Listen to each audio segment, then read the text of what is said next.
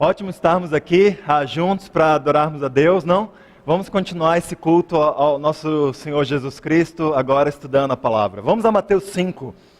Hoje vamos ler o versículo 8. Mas antes da gente começar, vamos nos dirigir novamente a Deus. Pai, muito obrigado por esse privilégio de estarmos aqui, te adorar. Obrigado pela grande alegria que o Senhor permite que a gente tenha, Pai, a abrir nossas emoções e derramarmos tudo isso diante do Senhor. Obrigado por esse momento agora em que vamos estudar sua palavra. Eu peço que o Senhor use a minha vida, Pai, que seu Espírito que está aqui rondando esse ambiente, o coração de cada um de nós, nos convença a respeito de tudo que o Senhor quer, que saiamos daqui convictos a respeito, Pai. Te oramos gratos, em nome de Jesus. Amém. Mateus 5, vamos ler o versículo 8. Antes da gente ler, em 1599, Shakespeare escreveu uma peça que se tornou a peça de teatro mais famosa de todos os tempos. A peça se chama Hamlet. E essa história conta a história de como um príncipe da Dinamarca, chamado Hamlet, ele tenta vingar a morte do seu pai. O tio de Hamlet tinha matado o pai de Hamlet, e Hamlet estava nessa angústia de saber, de decidir ou não se ele iria matar e vingar a morte do pai. Essa peça é considerada uma das melhores, se não a melhor peça de teatro de todos os tempos. E nela, Hamlet cita uma frase que se tornou célebre no mundo inteiro. Ser ou não ser? Eis a questão. E ele estava quando ele falou essa frase, ele estava tentando convencer a parte boa da consciência dele a ficar calada, porque ele queria ir matar o tio e vingar a morte do pai. E aí ele está naquela angústia, ser ou não ser a pessoa que eu quero ser? E essa frase já foi usada para descrever inúmeros episódios, inúmeras situações, em todos os cantos do mundo. E, ironicamente, ser ou não ser é uma das grandes questões no cristianismo também.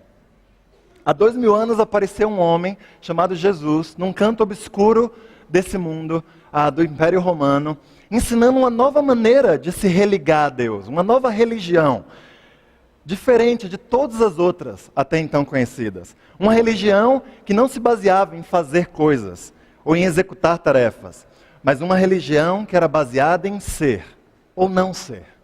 Um ser que leva ao fazer, um ser que modifica o interior e que muda o nosso comportamento. Mas não só o nosso comportamento, mas a nossa maneira de pensar, a nossa maneira de sentir até. Uma maneira nova que muda a perspectiva que a gente tem do mundo. E não só o nosso comportamento, as coisas que são meramente visíveis. Porque para Deus é perfeitamente possível a gente ter uma aparência externa aceitável, mas ter um íntimo corrompido. E por isso a preocupação de Deus, do começo ao fim das Escrituras, é de transformar o nosso ser, de ajudar-nos a ser os homens e mulheres que vão fazer coisas aceitáveis. E o primeiro sermão de Jesus registrado nas Escrituras traz essa preocupação, e a gente tem muita clareza ao ler aqui o Sermão da Montanha. Como Jesus está preocupado que nós sejamos, antes de se preocupar que nós façamos. Os primeiros versículos desse sermão mostram que Jesus quer lidar com o nosso coração acima de qualquer outra coisa que Ele vinha lidar com a nossa vida. Ele mostra que a batalha espiritual por nossa alma é travada dentro de nós, em primeira instância. Em nenhum lugar desse sermão inteiro, essa verdade é mais aparente do que aqui no versículo 5. O versículo 8 lê assim, o capítulo 5, versículo 8. Bem-aventurados os puros de coração, pois verão a Deus. E de novo, antes da gente entrar no mundo da pureza de coração, é sempre bom lembrar por que Jesus estava pregando esse sermão. O que significa bem-aventurados, afinal de contas? Jesus está tão preocupado em nossa felicidade. Jesus está tão preocupado em nos dar o caminho verdadeiro que nos leva à satisfação, que nos dá a plenitude nessa vida. Bem-aventurados, Ele quer que tenhamos uma felicidade verdadeira. Ele quer que achemos essa plenitude. E a plenitude que independe de circunstâncias, que independe do que aconteceu na sua semana, que independe do que fizeram contra você. Uma plenitude, uma felicidade que você, não importa o que estiver acontecendo, pode se valer mão para achar a felicidade verdadeira.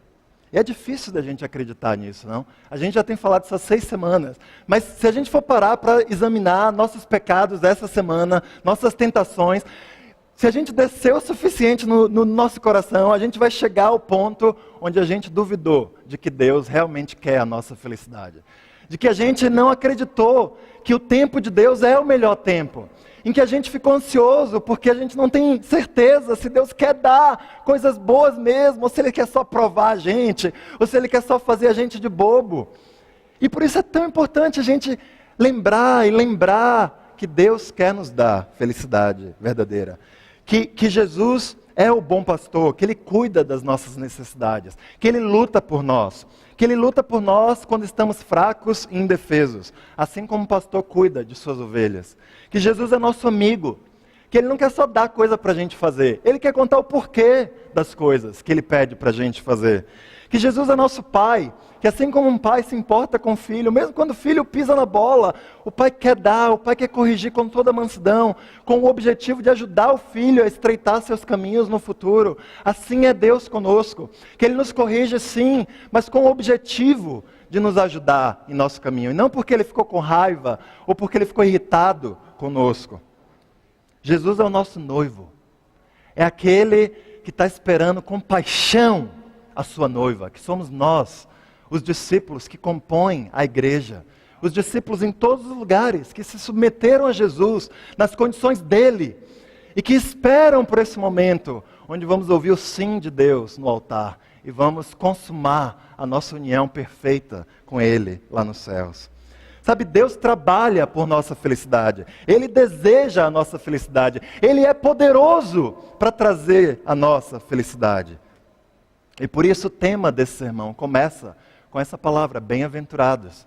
Porque Jesus quer martelar na nossa cabeça, eu quero que você seja um dos bem-aventurados. E sabe, o que Jesus quer nos dizer hoje sobre o que traz a verdadeira felicidade? Ele quer nos dizer que precisamos ser puros de coração, se quisermos a verdadeira felicidade. Quem são os puros de coração, afinal de contas? Bem, são os íntegros. O que significa ser íntegro? Íntegro significa ser completo. Significa não ser dividido. Ser um só. Ser puro. A integridade nos leva a agir guiados pelos mesmos princípios, seja lá onde nós estivermos. Nós agimos de determinada maneira aqui, quando estamos no convívio cristão, e aí saímos daqui, e aí somos guiados pelos mesmos princípios no trabalho, quando vamos nos encontrar com a nossa família, quando ninguém está nos vendo. Isso é ser íntegro. Vamos ver um vídeo que mostra a integridade.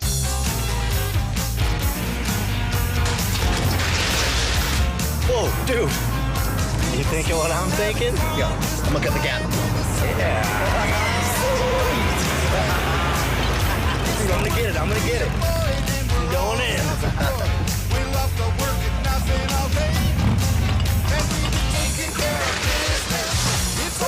Integrity. Pass it on. Save the day. A message from the Foundation for a Better Se Life. você como eu, o que você esperava que aqueles caras iam fazer? Por que a gente pensa isso a respeito deles? Porque eles estavam sozinhos, ninguém estava vendo eles, não tinha polícia ali perto. E a gente está acostumado a agir de maneira diferente quando a gente está sozinho do que quando a gente está em público. E a gente questiona a integridade dos outros. Mas em Mateus 5:8, Jesus ensina que se nós quisermos ver a Deus, nós vamos precisar ser puros, nós vamos precisar ser íntegros, ser a mesma pessoa, não ter compartimentos de nós que pertencem aqui à igreja, compartimentos de nós que pertencem ao trabalho, compartimentos de nós que pertencem à família. Como agimos no trabalho, irmãos? Agimos de acordo com a mais alta conduta cristã. Na hora de ofertar, a gente dá sacrificialmente. Só Deus sabe o que está no seu envelope. Só Deus sabe se você vem aqui, mês atrás de mês, dá a sua oferta. Você oferta com integridade. Deus espera que cada um de nós seja guiado pelos mesmos princípios. Por isso que Jesus não tem problemas em dizer, é melhor um frio do que um morno. Porque o morno não é íntegro. Se você é alguém aqui e alguém diferente lá fora, os piores lugares do inferno estão reservados para você. É melhor você sair daqui e parar de viver essa vida dupla do que melhor ser íntegro. É melhor ser a mesma pessoa. Deus tem mais chance de trabalhar na sua vida frio e te transformar em quente do que se você estiver sendo morto. Como anda? Estamos na época do imposto de renda, não? Como vai ser o nosso imposto de renda? A gente vai declarar tudo que precisa ser declarado. A gente vai, às vezes, fazer o que é certo no nosso governo custa muito. A gente tem que ir a lugares, a gente tem que quase que pedir às pessoas, eu quero fazer o que é certo. A gente vai fazer, custe o que custar. Como que a gente trata nossos parentes, nossos familiares, quando alguns deles estão doentes? A gente honra nossa obrigação cristã de cuidar dos nossos pais, dos nossos avós, de retribuir a gratidão por eles, mesmo que ninguém esteja vendo, mesmo que ninguém esteja valorizando isso. Como que anda nosso uso da computação? A gente usa um softwarezinho pirata ali só para quebrar um galho no nosso trabalho.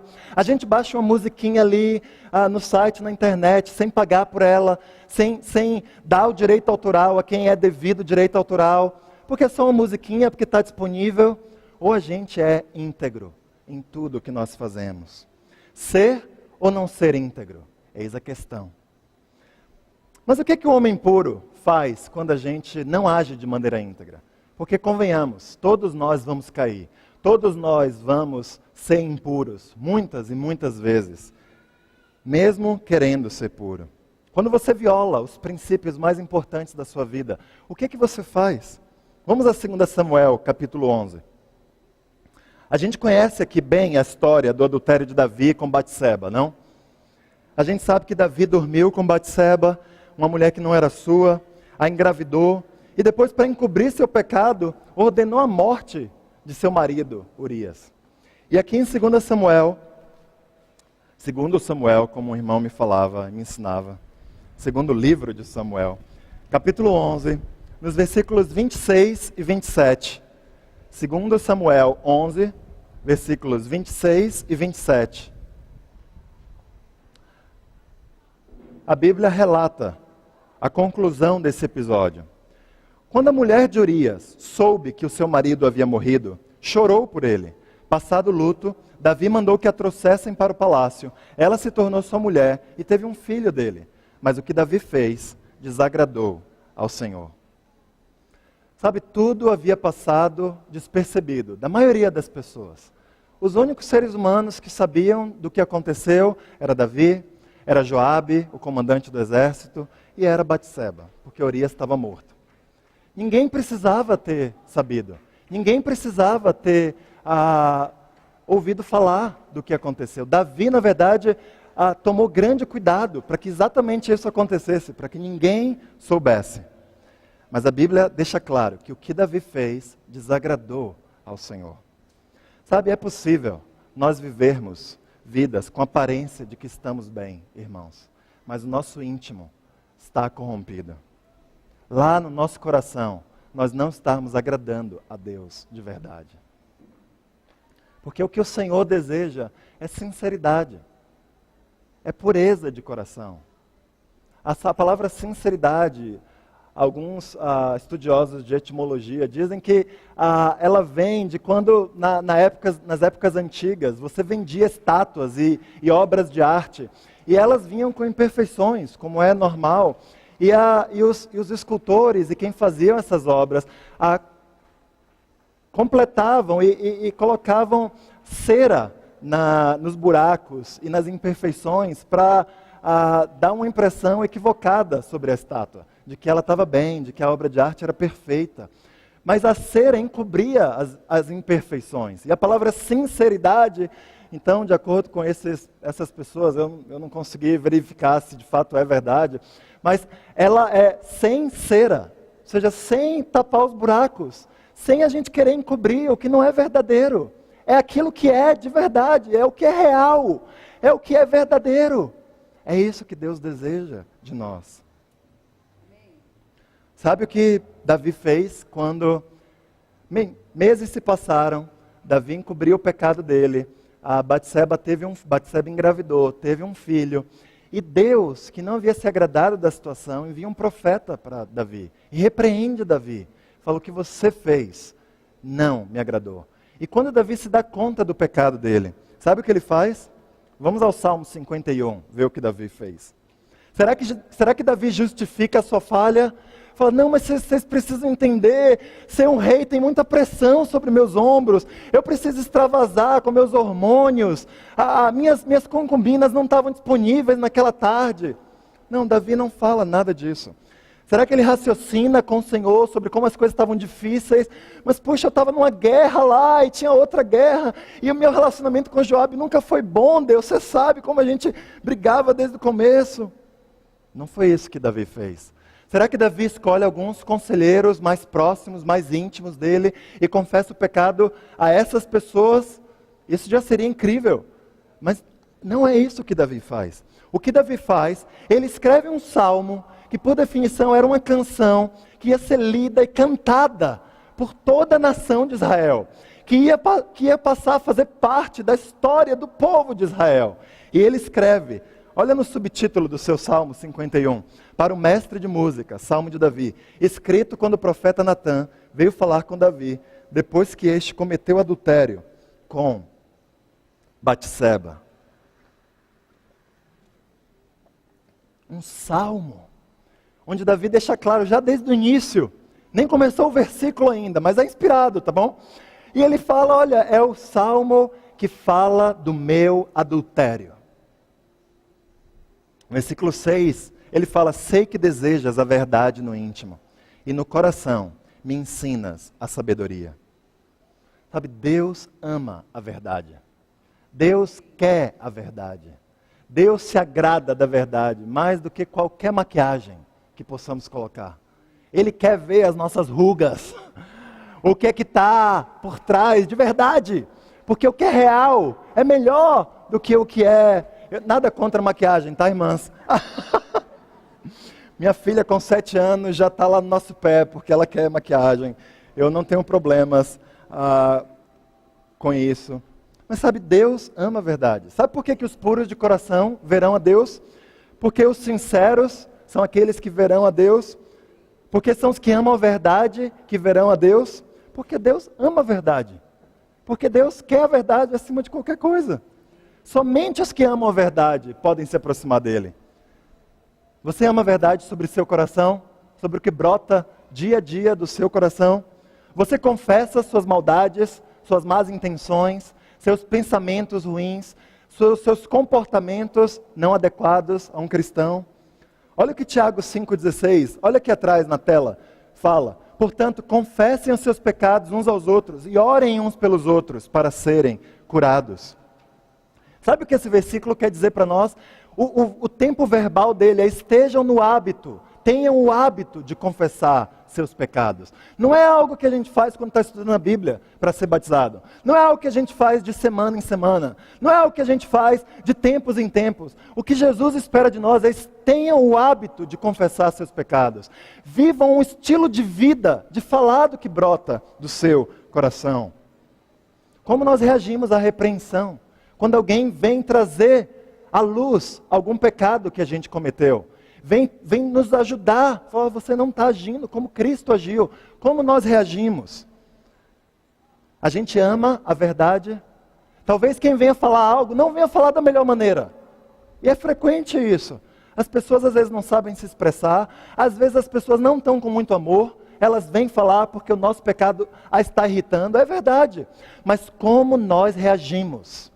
Nós damos mais ênfase à maneira como alguém vem falar conosco, ou nós amamos tanto a verdade, que nós falamos: puxa, poderia ser de maneira diferente, mas eu vou engolir aqui seco, eu vou ouvir, eu vou considerar, eu vou até Deus, eu vou ouvir, eu vou ver se de fato bate com o que eu estou vendo no meu coração, vou pedir ajuda de outras pessoas. E talvez, num outro momento, você vá e volte ao irmão e fale: olha, da próxima vez, pode falar mais assim, me ajuda mais quando você fala dessa forma, se você mostra que você gosta de mim. Todos nós queremos isso, mas o ponto permanece: como reagimos diante da repreensão? Os puros de coração são íntegros. Os puros de coração são sinceros sobre seus corações. E os puros de coração também são completamente dedicados a Deus. Vamos a Filipenses capítulo 3. Existe um aspecto da integridade que exige que todo o nosso ser esteja voltado para uma só direção. Que pede de nós que nossa dedicação a Deus seja completa, envolva tudo que nós temos, e não apenas fatias do nosso ser. Paulo era um homem com muitas habilidades, com muitos talentos, com um currículo invejável diante dos seus pares. E em sua carta aos irmãos de Filipe, ele descreve, Filipenses 3, 7, a gente vai ler, ele descreve algumas das credenciais que ele tinha. Ele fala que ele tinha crescido, que ele estava avançando além dos pares dele, que ele tinha títulos, que ele tinha status. Mas aí logo depois, no versículo 7, Filipenses 3, 7, olha o que ele fala. Mas o que para mim era lucro, passei a considerar como perda, por causa de Cristo.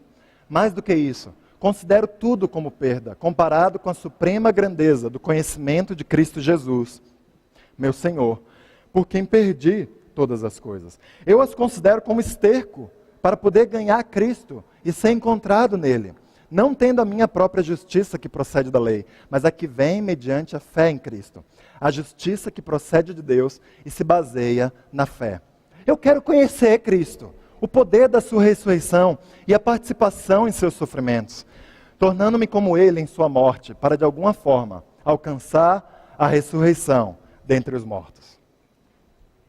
Sabe, Paulo considerava tudo como perda, quando o assunto era conhecer a Cristo.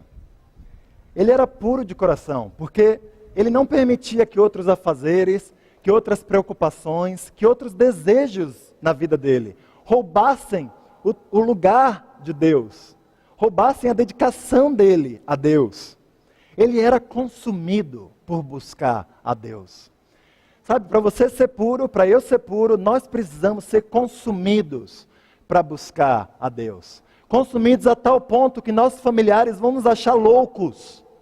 Sim, devemos amor aos nossos familiares, mas a prioridade, de acordo com as palavras do nosso Senhor, sempre e sempre será a igreja. Sempre vai ser os nossos relacionamentos uns com os outros, essa família espiritual. Palavras do nosso Senhor, Jesus Cristo. E isso nos leva a agir de tal forma que para o mundo é loucura. É interessante pensar nesses versículos aqui de Paulo, porque muitas vezes a gente vê isso sendo usado de maneira irresponsável, como se as conquistas e as vitórias do mundo não valessem nada por si só. Mas não era como Paulo pensava. Em Atos 22, quando Paulo foi preso, ele se valeu da cidadania romana dele, para não receber uma surra lá. Ele falou, eu sou cidadão romano, você vai me chicotear?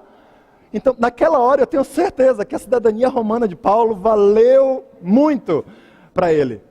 Sabe, nossos títulos da universidade, nossos diplomas, nossos empregos bons, os concursos, os relacionamentos que a gente tem, essas coisas não são lixo em si.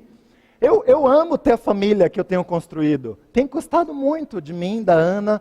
Eu amo tudo que eu fiz já em termos profissionais, as realizações que eu tive. Cada um de nós deveria dar o valor a essas coisas, porque elas valem muito.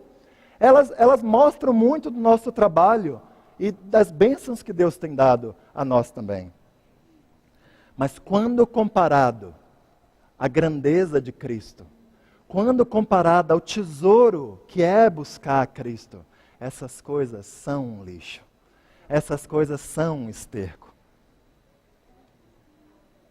Você pode dizer, junto com Paulo, que o seu emprego, que os seus relacionamentos, que as coisas que você já conquistou são lixo quando comparado a Cristo?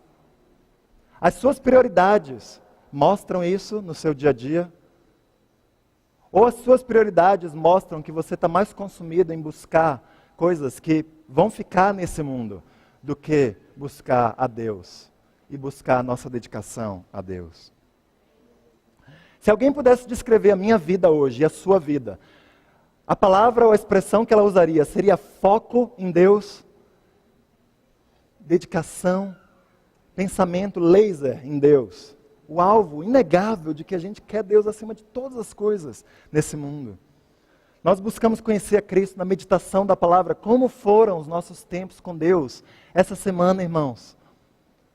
Eu temo que a gente não está ainda se relacionando com Deus como um discípulo de Jesus deveria se relacionar. Lendo a palavra de Deus, meditando nela intensamente. Isso pode ser, para a maioria de nós, todos os dias. Para alguns de nós deveria ser mais do que uma vez por dia. Mas sabe, pensar sobre a palavra, estudar a palavra, não ler alguns versículos ou ler um panfleto que você recebe na rua e relembrar de alguns princípios, estudar a Bíblia, ser consumida, ter a Bíblia como sua ajudante para moldar a sua maneira de pensar. É esse o padrão, nunca foi ler a Bíblia todo dia. Às vezes a gente reage ao passado, fala, você está sendo legalista, me chamando a ler a Bíblia todo dia. Não leia a Bíblia todo dia então, mas seja consumido com a Bíblia. Permita que, como Colossenses 3 fala, que os seus pensamentos sejam moldados pela palavra de Cristo. Isso vai muito além de ler, e eu tenho sérias dificuldades de entender como nós vamos fazer isso sem ler a Bíblia. Sem começar lendo a Bíblia. Nós buscamos amar a Deus, amando aquilo que Deus ama, amando as pessoas que Deus ama, amando a igreja como Deus ama. Sabe, você não consegue ser amigo íntimo de alguém sem compartilhar um pouco das paixões dessa pessoa. É impossível. A sua amizade, por definição, não tem como estreitar. Se a gente quer que nossa amizade estreite com Deus, a gente precisa se deixar disposto a amar mais e mais aquilo que Deus ama. E odiar mais e mais aquilo que Deus odeia. No mundo pós-moderno de hoje, odiar qualquer coisa é o pecado mortal. A gente não pode odiar ninguém, nem nada. E nisso os filósofos da era moderna se contradizem. Porque eles odeiam as pessoas que odeiam. E não se dão nem conta disso, parece. Ser puro de coração também significa adorar a Deus com toda a dedicação. Ser dedicado ou não ser dedicado? Eis a questão. O que Jesus reserva aqui, àqueles que assim lutarem por tal pureza de coração? Mateus 5,8 diz que os puros de coração verão a Deus. Na verdade, essa passagem poderia ser melhor traduzida da seguinte maneira: bem-aventurados os puros de coração, pois são eles que estarão vendo a Deus. O sentido da passagem é de que são exatamente os puros que vão conseguir ver a Deus. E não só vão ver a Deus em algum momento futuro, a gente anseia por aquele momento. Mas o sentido da palavra, esse ver a Deus começa agora. Começa a partir do momento que você está lutando por pureza de coração. E você vai continuar vendo a Deus enquanto você lutar por pureza, e vai continuar até aquele dia em que você vai ver perfeitamente. Você não vai precisar nem mais de fé para ver a Deus. Não vai ser incrível isso? Eu anseio pelo dia em que eu não vou mais precisar de fé. A fé é do começo até o fim, aquele dia depois do fim, então tudo bem. Em que sentido os puros de coração verão a Deus?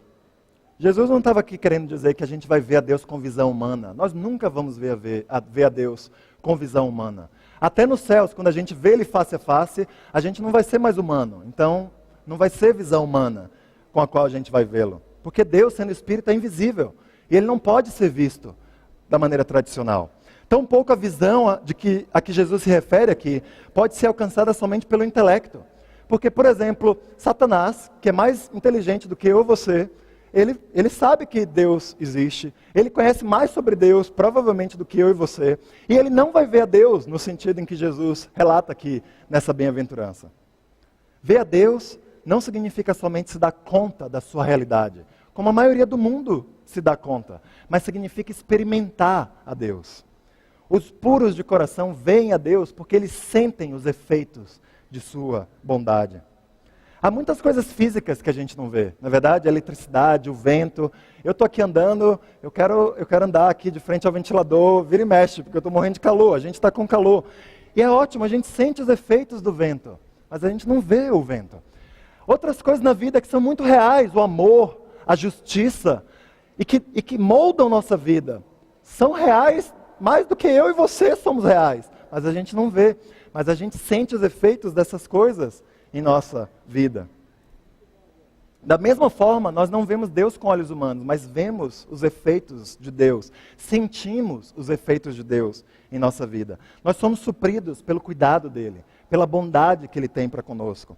Nós não atribuímos como discípulos ao acaso ou à sorte os beijos que Deus manda para nós no dia a dia, não? A gente sabe que Deus está agindo, que é Deus que está enviando o emprego que a gente conseguiu, o namoro que começou, a doença que foi curada. Eu, pessoalmente, semana passada, recebi um beijo de Deus, porque um casal muito querido para nós, para mim e para a Ana, o Alcides e a Leslie, a gente tem conversado, se aproximado muito no último ano, eles decidiram voltar para o Brasil. Eles estão indo, vieram aqui no Carnaval, a convite da Igreja de Brasília, foram no Rio, nós estivemos com ele lá em Guarulhos, eles foram para Brasília, foram para Goiânia, e eles decidiram ir para a Igreja de Goiânia. Me tocou muito, porque a Igreja de Goiânia tem 4 discípulos. Eles poderiam vir para São Paulo com 1.200 discípulos, muita gente madura, poderiam ir para o Rio, que também eles têm relacionamentos, já moraram lá, poderiam ir para Brasília até, mas Deus colocou no coração deles ir para uma igreja com 4 irmãos, porque eles foram cativados pelo sonho que os irmãos de Brasília têm por aquela cidade. E aquilo me encorajou tanto, e eu sabia que Deus tinha mandado um beijo para mim, que não foi por acaso, que não foi por sorte ou por qualquer outra razão que eles decidiram isso, mas porque Deus está agindo. Os puros de coração veem a Deus nesse sentido, sabem que Deus está enviando uma bênção para você. Os puros de coração veem a Deus porque são guiados por Ele. Em Provérbios 11, versículo 3, a Bíblia fala que a integridade dos justos os guia, mas a falsidade dos infiéis os destrói. Se nós formos íntegros, em muitas, se não na maioria das situações, olha, só vai ter uma coisa a ser feita. Algumas situações trazem espaço para você tomar várias decisões e ser íntegro em todas elas. Mas muitas decisões, eu ousaria dizer que na maioria das decisões, só há uma coisa a ser feita que é certa. E quem é íntegro faz essa coisa. Não tem questionamento se a gente deve ocultar algo que não deve ser ocultado ou se a gente deve ser transparente. A gente fala do que tem que ser falado. A gente é honesto no trabalho. A gente fala e age em nossa família como deve ser agido.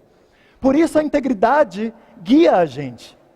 Porque não resta mais dúvida do que eu preciso fazer. Não tem tantas opções assim para nós cristãos, se a gente quer ser livres de verdade. É algo irônico, não? Mas como Provérbios fala, a integridade do justo nos guia, nos dá certeza do caminho certo. Deus não vai aparecer em uma visão para nós, irmãos, em cada momento, em cada encruzilhada da nossa vida.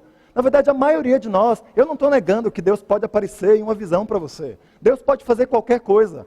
Mas sabe como a maneira de Deus é de trabalhar? Em geral, Ele trabalha por meio de processos naturais. Ele trabalha por meio da sua obediência aos mandamentos.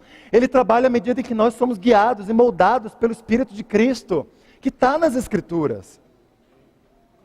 Os puros de coração vêm a Deus porque eles são conhecidos daqueles que vêm a Deus.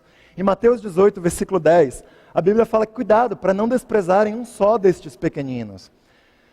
Pois eu lhes digo que os anjos deles nos céus estão sempre vendo a face do meu Pai Celeste. Sabe, a gente pode não ver a Deus com visão humana, mas a gente é conhecido por aqueles que veem a Deus hoje. A Bíblia fala aqui sobre esses anjos. Eu não sei se a gente tem um anjo guardião, né, como a gente gosta de pensar. Eu ensino isso para os meus filhos. Eu leio essa passagem, eu falo, olha, tem um anjinho. Como é o nome do seu anjinho, o que você acha? Dá um nome para ele. Eu acho que isso comunica o princípio de que, olha, se não é um anjo só, são vários. Porque Hebreus 1, aí sim, declara sem questionamento algum de que os anjos são seres que foram feitos para nos servir. Nós temos pessoas que estão cuidando de nós, nós temos seres que estão cuidando de nós, e eles veem a face de Deus. E a gente é conhecido, ainda que indiretamente, desses seres que veem a face de Deus. Os puros de coração também verão Deus face a face um dia. Em 1 João 3, 2, a Bíblia fala que agora nós somos filhos de Deus, amados. E ainda não se manifestou o que havemos de ser, mas sabemos que quando Ele se manifestar, seremos semelhantes a Ele, pois o veremos como Ele é. Nós veremos a Deus como Ele é, face a face um dia. Mas eu queria concluir com, quando eu estudei isso daqui, foi o aspecto de ver a Deus que mais me animou. Vamos lá, Salmo, capítulo 4. Há outro sentido em que os puros de coração verão a Deus. Nas Escrituras, a graça de Deus, o favor de Deus, a bondade de Deus para conosco, muitas vezes é chamada do rosto de Deus. Você lê vários versículos no Velho Testamento e você vê essa expressão, o rosto de Deus, que a maioria dos estudiosos concorda que significa a bondade, a bênção que Deus tem para nós. Aqui no Salmo 4, versículo 6, por exemplo, que ele lê assim: faze, ó Senhor, resplandecer sobre nós a luz do teu rosto. Os tradutores da NVI reconheceram essa ambiguidade na expressão. E olha a nota... Não fala isso em Salmo 4, 6? É o B. Continua lendo aí o versículo inteiro, que aí você vai ler: faze, ó Senhor, resplandecer sobre nós a luz do teu rosto. Amém? Todo mundo leu? Agora olha a nota de rodapé, letra D, lá embaixinho. Quem puder ler. Quem não puder, eu vou ler aqui alto. A nota de rodapé fala: mostra-nos, Senhor, a tua bondade. Então o rosto de Deus significa a bondade de Deus. O que o salmista queria ver aqui não era necessariamente os aspectos faciais, como era o nariz de Deus, ou a sobrancelha, se ele tinha retocado ou não. O salmista queria experimentar a bondade de Deus, era o pedido dele. Quando a gente vê o rosto de Deus nas Escrituras, a gente está vendo a sua face, a gente está recebendo o favor de Deus, a gente está experimentando o beijo que Ele manda para nós. E inversamente, quando Deus esconde sua face de nós, você pode achar outros versículos que falam disso também, Ele está retirando sua bênção, Ele está retirando seu favor de nós. E pensando no que Jesus disse aqui em Mateus 5,8, faz todo sentido. Porque ver a Deus tem um sentido de receber a bênção de Deus. E a Bíblia tem muito para falar sobre a bênção de Deus. A Bíblia tem muito a falar sobre o julgamento de Deus, mas mais ainda sobre a bênção que Ele tem para nós. Provérbios 3:33 fala que a maldição do Senhor está sobre a casa dos ímpios, mas Ele abençoa o lar dos justos. Ver a face de Deus é contar com a proteção de Deus em sua casa, no lugar onde mais importa em nossa vida. Provérbios 10:22 fala que a bênção do Senhor traz riqueza e não inclui dor alguma. Só quero fazer o parênteses. A vida cristã é dolorosa. Não é isso que o provérbio está dizendo. O que esse provérbio significa é que a gente não precisa pagar pela bênção de Deus. Não há nada que nós possamos fazer para fazer com que Deus abençoe a gente mais um pouquinho. Não é porque a gente é tão legal ou porque a gente faz coisas tão incríveis que Deus fala: tá bom, eu vou te dar uma bênção. Deus dá a bênção porque Ele quer dar, sem que a gente faça nada. Porque Ele nos ama. Ele quer nos constranger, nos mover com sua bênção. E aqueles que experimentam a bondade de Deus, experimentam essa bênção e sabem que essa bênção vem de Deus. Em Provérbios 16, versículo 7, a Bíblia fala que quando os caminhos de um homem são agradáveis ao Senhor, Ele faz que até os seus inimigos vivam em paz com Ele. A bênção de Deus modifica o ânimo das pessoas para conosco. Ela muda a maneira como as pessoas pensam sobre nós. Não é porque a gente é tão carismático, ou porque a gente é tão justo, ou excelente. É porque a bênção de Deus está indo na nossa frente e mudando a maneira como as pessoas pensam sobre nós. A bênção de Deus luta por nós.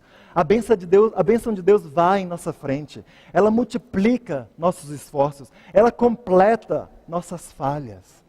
É poderosa sim a bênção de Deus. Ela é como um guerreiro à nossa frente. Ela luta as nossas batalhas. Ela nos protege do mal. Ela aplana o nosso caminho. Ela tira as pedras da nossa frente. Ela transforma em caminhos estreitos as montanhas e tira os vales da nossa frente. Que coisa maravilhosa é ver a Deus, não? Contar com seu favor. E para quem está reservada essa bênção? Aos puros de coração, aos íntegros, aos sinceros, aos dedicados. Ser ou não ser puro de coração? Eis a questão. Obrigado, irmãos.